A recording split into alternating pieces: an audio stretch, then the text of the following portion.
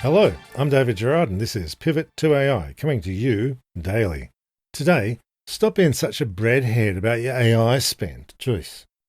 The Wall Street Journal runs its Technology Council Summit every few months, and there was one last week on 15th and 16th September.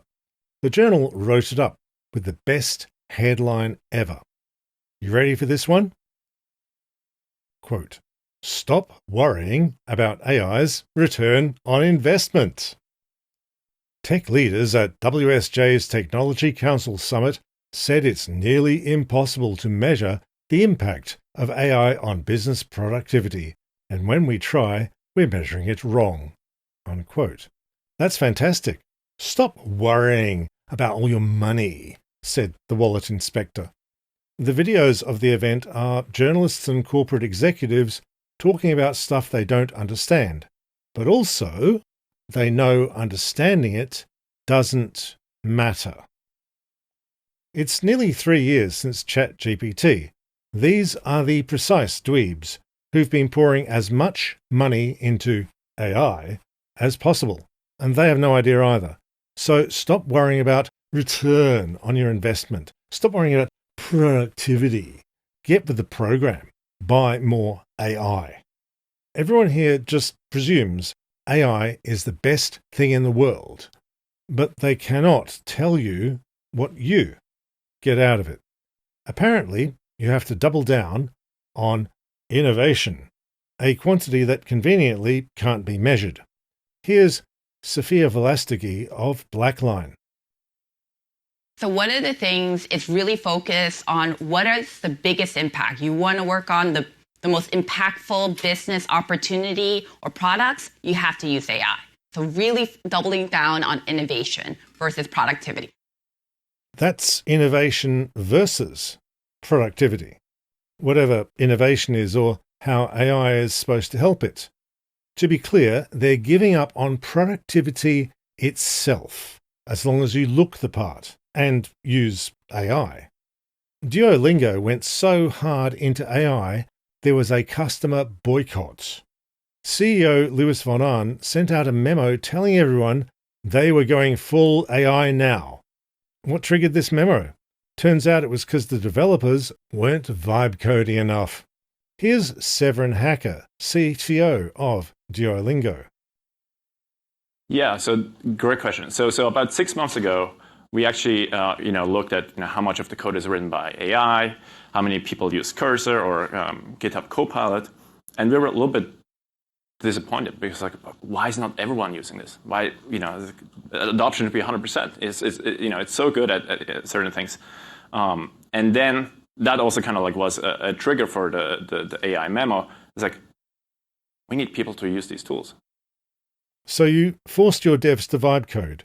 This gave really huge and measurable gains, didn't it? Right? Does anyone know how to measure productivity of a software engineer?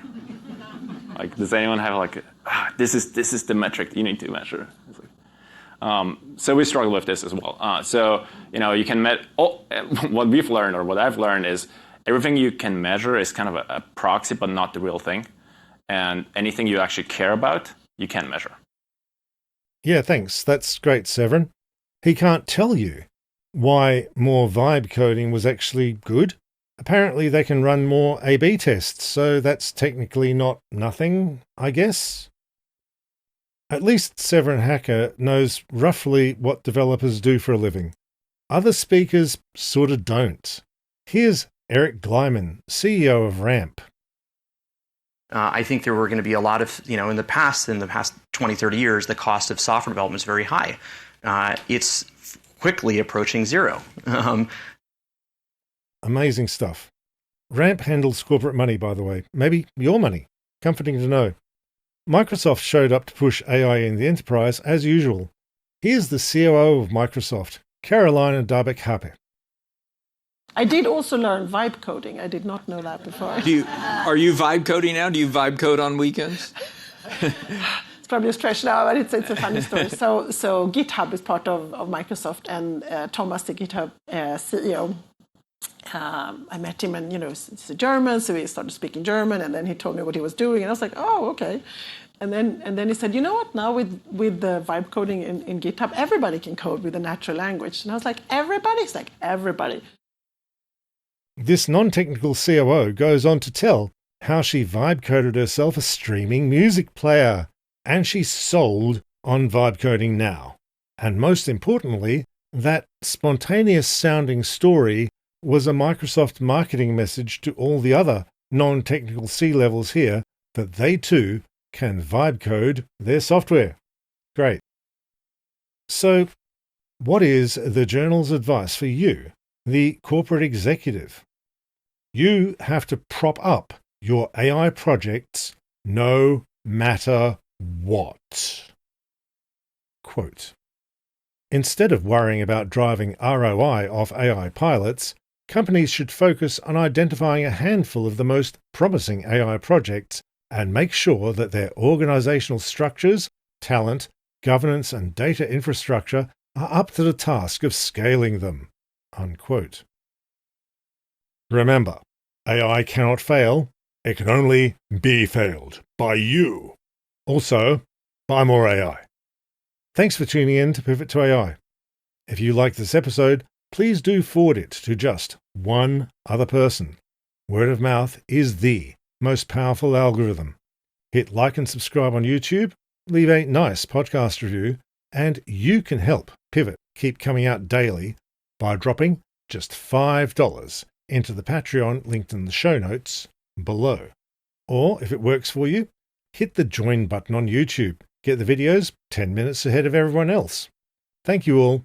See you tomorrow, and bye for now.